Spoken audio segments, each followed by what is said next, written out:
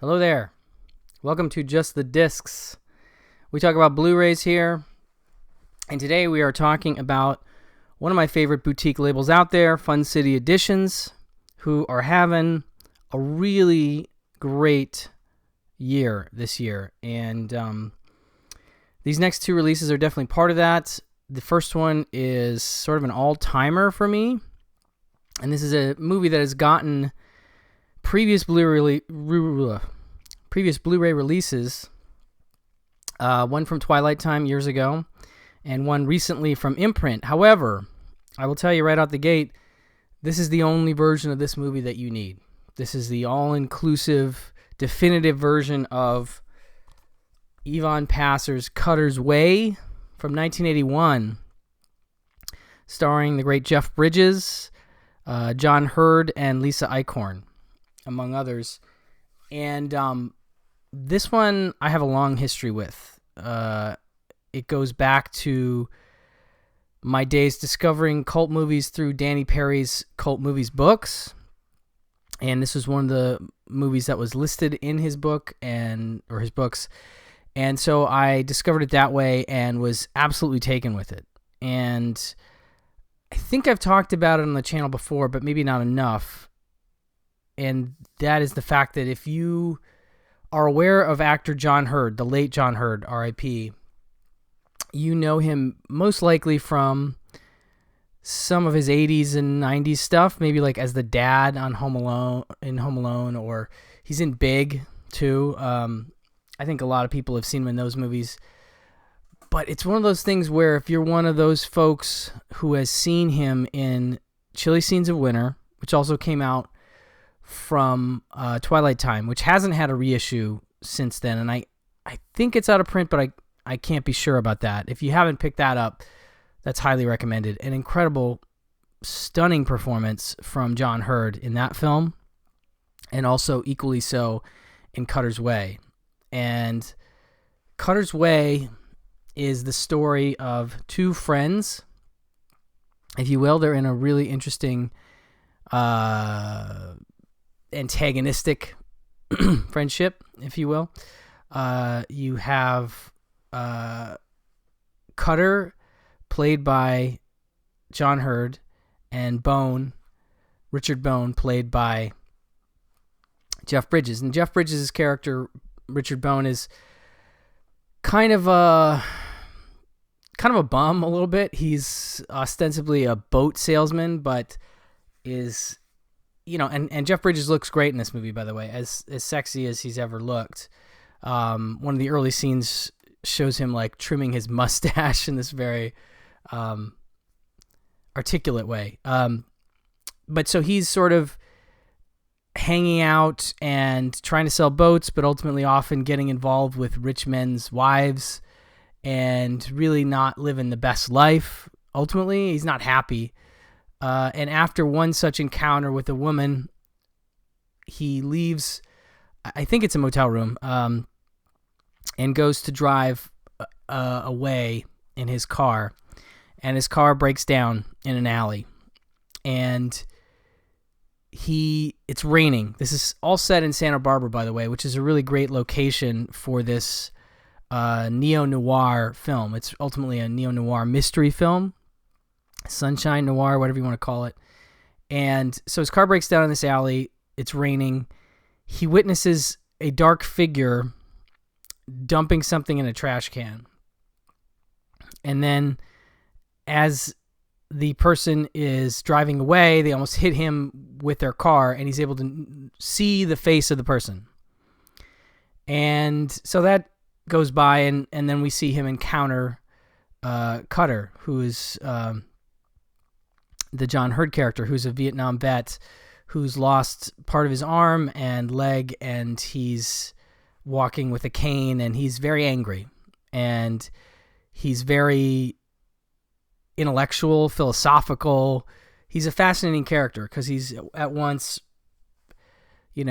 repellent in the way that he deals with people. He can be just acidic and toxic, but he is also oddly charismatic, and that's part of the charm of that performance. And His character is married to the Lisa Eichhorn character, Mo, and they have a very fractured and broken relationship. Both she and him are alcoholics. Cutter to a really, really big degree. There's an early scene in the film, which is one of the greats, where Cutter comes home from a bar very drunk and attempts to park in his driveway and completely plows into his neighbor's car. And the neighbor calls the cops, and then Cutter goes into this like sober mode, like he's able to act sober for the cops, and he very much plays up his injuries, he plays up his service, and he gives a recount of the story that doesn't quite line up with what happened, but the cop buys it, and the neighbor is furious, and it's this whole thing. It just shows the kind of character he is. It's a very funny scene in a way. There's a lot of dark humor in this. But anyway, so back to the thing that Bone witnessed. I'll stop on my plot synopsis in a second. During a parade in Santa Barbara, Bone sees the guy that he is pretty sure is the one who he saw dump something into the trash can. We find out the next day it was a woman's body, and she'd been murdered. And so this guy's name is, I want to say Cord. I can't remember. It's a rich guy, basically, a well-to-do, prominent figure in the community. And basically Cutter takes it into his mind that he's going to work with Bone or by himself or with anybody and try and bring this guy down. Try and, make sure he pays for this crime that he's committed. And it's a question of, did he do it, or is it in Bone's head? And, Cutter just really latches on to this thing. It becomes all-encompassing, and anybody that doesn't want to help, he's just disgusted with. So it really becomes this mystery of trying to figure out why he did it, if he did it, confronting him if that's possible. It's fascinating. Fascinating movie. And it is directed by Yvonne Passer, who had done a previous release for the Fun City Editions collection in Born to Win, which is also highly recommended. If you haven't seen that, that's a film he did prior to Cutter's Way. Equally interesting. Cutter's might be, for me, his masterpiece, but it is a couple of great films to have under one label, and I love that. It's shot by Jordan Cronenweth, who is sort of a cult cinematographer. I mean, he shot Altered States and would go on to shoot Blade Runner after this. Had a really interesting filmography. Look him up. And it's funny because it's rare that you see a DP wherein almost everything they touched has a sort of a cult appeal of some kind. And his filmography is that way. There's a ton of great stuff. I want to say he shot Play It As It Lays for Frank Perry. Don't quote me on that. I'm going off the top of my head here, but he's really interesting. So look up his work. He died younger and didn't do enough films, but in the 70s and early 80s, he did a lot of great stuff. So he's involved in this, and the film has a great look to it. But overall, it's just about the character interactions, the dynamic between Richard Bone and Cutter and Mo, and the dialogue. There's just some incredible dialogue between these characters, just tearing each other apart, ultimately. It just is so powerful and so compelling to watch, and I just love it. So that's the slipcase. This is a really great design that is modeled after an old MGM VHS of Cutter's Way. I love that Fun City likes to do this. Take the old VHS designs and turn them into Blu-ray designs. There's our disc, and then on the inside we have, it's reversible artwork, but it doesn't have, it has basically two pictures. It has Cutter and Bone, which is the original title for the film. This film had a very troubled history in terms of even getting made, which I'll get into in a second, but then being released, it was sort of didn't do well and was a sleeper and ends up becoming this cult item. So what's really cool about this is talking about Danny Perry. In the booklet here, we have Danny Perry's essay from Cult Movies 2, where, I discovered this movie, and I'm quite sure that Jonathan Hertzberg, founder of Fun City Editions, discovered this movie. So this is a really nice full circle kind of thing. We get to read Danny's essay again. If you don't own Cult Movies 2, I think I have 3 copies of it.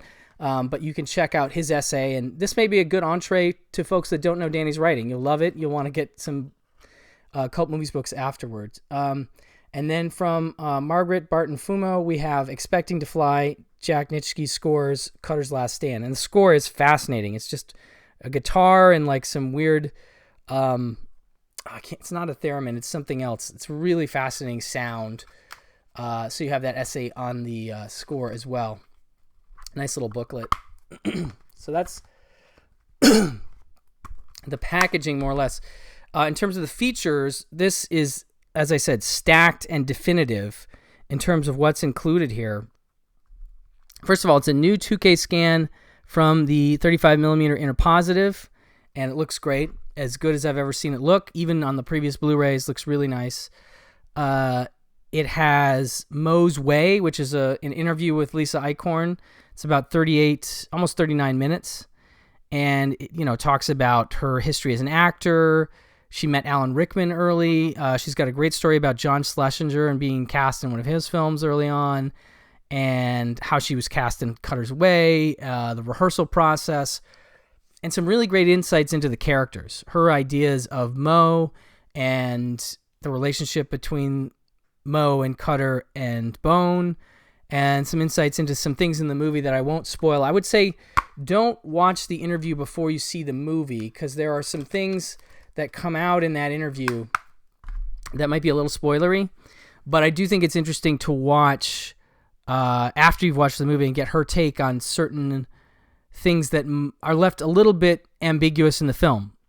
And so that's great. And she is just delightful. Wonderful conversation with an actor that I think should have had a much greater career than she did. She is absolutely fantastic in this film, and didn't work a ton, all things considered, considering this performance and some of her previous work.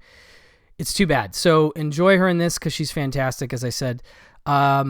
There's a lot of ported over features. There's an Yvonne Passer interview from, I don't know if it's from an import DVD or wherever, but basically the idea is you're getting everything you got on the Twilight Time Blu-ray, the imprint Blu-ray, which just came out. You're getting all that stuff. It's been licensed and put on this disc, so you don't need those. And then he's even bringing in other stuff from other releases. So this is a really great Yvonne Passer interview that's almost 38 minutes long, talking about getting the script and how he responded to it, especially Cutter, really a character that a lot of people involved with this production responded to, it being an homage to American noir, but a contemporary version of that, and how there was another director attached, and that director and Richard Dreyfuss were also involved at one point, and he didn't want to do the film with Dreyfuss. And then there's a story about how he went to see, this United Artists was producing it, and he went to see Dreyfuss on their direction and ended up seeing Dreyfuss in a play, but John Hurd was also in that play. And he has this great story about how when he watches the play, it was this really rowdy theater experience, and that the crowd would not quiet down for Dreyfuss. He was just yelling over the crowd, and then John Hurd came out and delivered his lines just firmly and, compellingly, and everybody shut up. And so he said he ended up spending 30 minutes or an hour with Dreyfuss afterwards, and then 3 days with John Hurd afterwards, and came back to LA, I think this was in New York, and told UA that he wanted John Hurd for the Cutter role. And that did not go over well to start. And so then it goes into this whole thing about just a back and forth with UA, and there's a really great story that's told multiple times here, told from all three of the folks involved's perspectives, and it is the meeting that UA sets up with Jeff Bridges, who they are really hot on because they have what they think is going to be their biggest hit with Heaven's Gate. It's not out yet, obviously. They won't know. It's going to be a gigantic failure until later. But they have a lot invested in Jeff Bridges, who's a big part of Heaven's Gate. They say, you can make the movie with John Hurd if Jeff Bridges will do it. So he and that is Evan Passer and the producer Paul Curian go out to Jeff Bridges' house in Malibu. And this is the story. It's Rashomon, I'm telling you. Each one has a different take on it. You can listen to the stories, but I'll summarize. Basically, the idea is that the two men go to Jeff Bridges' house. Jeff Bridges answers the door. He has 2 German shepherds. Paul Curian is attacked, and one of the dogs bites him in the face really badly, like to the point where you could see his teeth or something, is one side of the story. But Ivan Passer says that Paul Curian walked up and put his face right in the dog's face, and that's when he got bit. Jeff Bridges remembers it something like that. Paul Curian, there's an interview on here also. He seems to remember the dog attacking him when he was getting out of his car. I don't know if I buy it or not, but there's definitely a lot of different perspectives. But the idea is that this meeting goes horribly wrong, and Jeff Bridges scrambles to get Paul Curian to an emergency room. There happens to be a great plastic surgeon there, and it fixes his face. And when you see him in the interview, I kept looking. I was like, his face has got to be horribly scarred from this dog attack, and it looks fine. So obviously he took care of it. But really interesting to hear that story told 3 times. It's told here. It's told in Jeff Bridges' introduction, which is an audio introduction, which comes over from the imprint Blu-ray, and then in the Paul Curian interview. So watch that. Determine for yourself what you think. He also talks about Jordan Cronenweth and how people used him a lot after this. But he had shot Brewster McCloud, Played as It Lays, The Nickel Ride, Citizens Band with Jonathan Demme, Rolling Thunder, and Altered States. So a ton of great stuff. And then he would go on to shoot Peggy Sue Got Married and Gardens of Stone with Coppola. But it's a really great interview. He talks about the Chinatown being a big part of what they were looking for in this film, and you can see that as a touchstone and how the two films would play interestingly together, I think, and how they wanted a Chinatown ending originally, but he wanted to change that, and it's a fascinating interview. Really good stuff. The interview with Paul Curian, about 27 minutes. He's very confident, let's say, about his involvement in this project, and it's interesting to hear him talk about it. He talks about Al Pacino being interested. He talks about a lot of stuff, and his sort of bravado in the way he dealt with getting the film made. It's interesting, again, to hear that side of the story, because as it's told by Ivan Passer, it was like Paul was like assigned to the project, but it sounds like that. And then Paul's thing is like he found the novel, he was the producer. So obviously that's probably the more legitimate take. But yeah, interesting to hear that side of the Jeff Bridges story from him. And then there's an introduction from Jeff Bridges. There is a new commentary track with novelist Matthew Spector. It's very screen specific, very much a commentary. There's a decent amount of dead air where he's waiting and commenting on things. He does talk about some of the differences between the novel and the film. Very observational, interesting track. On top of that, we have a commentary with it's an archival commentary with Julie Kirgo and Nick Redman. That's the track that was on the Blu-ray from Twilight Time. A lovely track, a lovely conversation between two folks that I'm a big fan of. I loved the nature of those Twilight Time commentary tracks. It was very much like academic, but also just like hanging out with two very intelligent film people and watching the movie, and they always have interesting observations. So I dug that track. And there's another archival audio commentary by assistant director Larry Franco and unit production manager Barry Osborne. So a lot of production details there. So really just a stellar release. One of the most stacked releases that Fun City Editions has ever put out, and I couldn't be happier about it because this is one of my favorite movies they've put out. So I can't recommend this highly enough. This is one of my favorite discs of the year, partially because of the movie, but also partially because it is stacked with features. So big thumbs up. Definitely grab this one from Vinegar Syndrome and get the slipcover. Now, onto their previous release, we have a movie called Natural Enemies from 1979. Now, this is a lesser-known film and a movie that has a very checkered history on physical media. In fact, as far as I know, it may have only ever gotten a VHS release, a Sony Columbia VHS release. And by the way, this is the slipcover, but the Fun City Editions cover is, again, modeled after that Sony Columbia VHS release with the red, the red border and everything like that. I love that stuff. That's great. So this film, fascinating stuff. Heavy stuff. I got to put that out there right up front, but I don't want to put it out there in a way that's like, watch out, don't watch this movie, it's too heavy. No, it is a real impactful movie. It is about a guy played by Hal Holbrook in a truly stunning performance who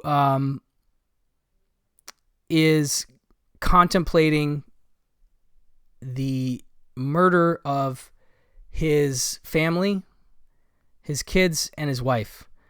And we see him at the beginning of the day. The film has a lot of voiceover narration, which I actually really like in this case. And he's talking about he's going to do it tonight. And so there's a tension of what's going to happen when we get to the end of the day. Is he going to do it? And it is just an incredibly, engaging and memorable performance from Hal Holbrook. One of his best performances. And what's fascinating to me about this is it's a first-time feature from a first-time director, Jeff Kanew. And Jeff Kanew would go on to make things like Revenge of the Nerds and Gotcha and V.I. Warshawski.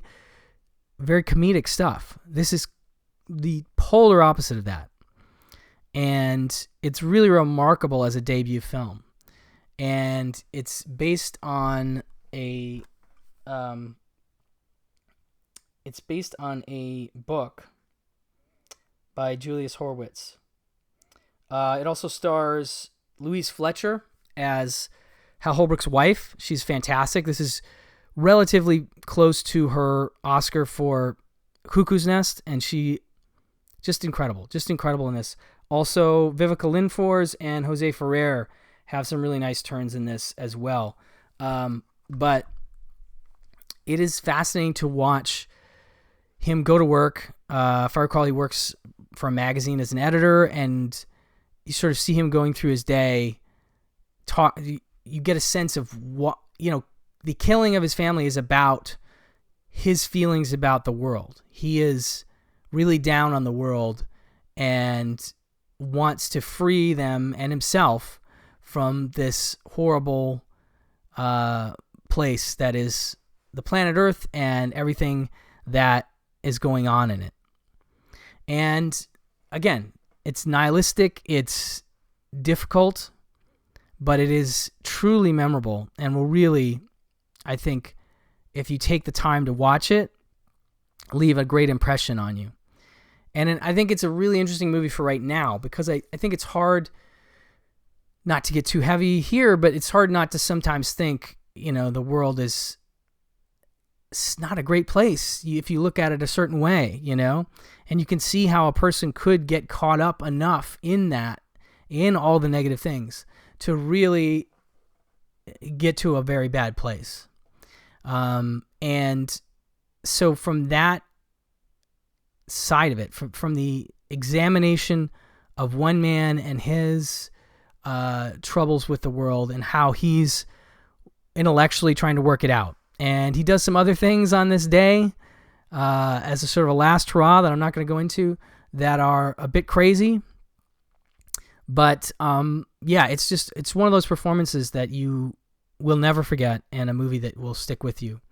And I don't want to say too much more about it. Again, I'm afraid that in talking about what it's about, it's probably scared a lot of people off, and I really didn't intend that at all. I really want people to know what they're in for, but I also want you to know it's just a great movie and a great debut. It is written and directed by Jeff Canoe. He adapted the book.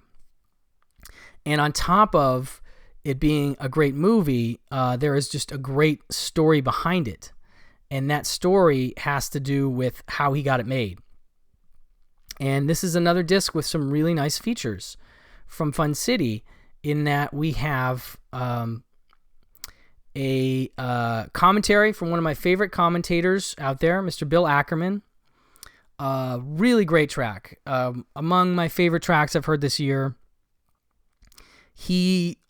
I'll just give a little tidbit. One thing he says that I loved is he calls this a male midlife crisis movie, and he puts it in the category with things like Seconds, the Rock Hudson movie, The Swimmer with Burt Lancaster, and Strangers When We Meet with Kirk Douglas.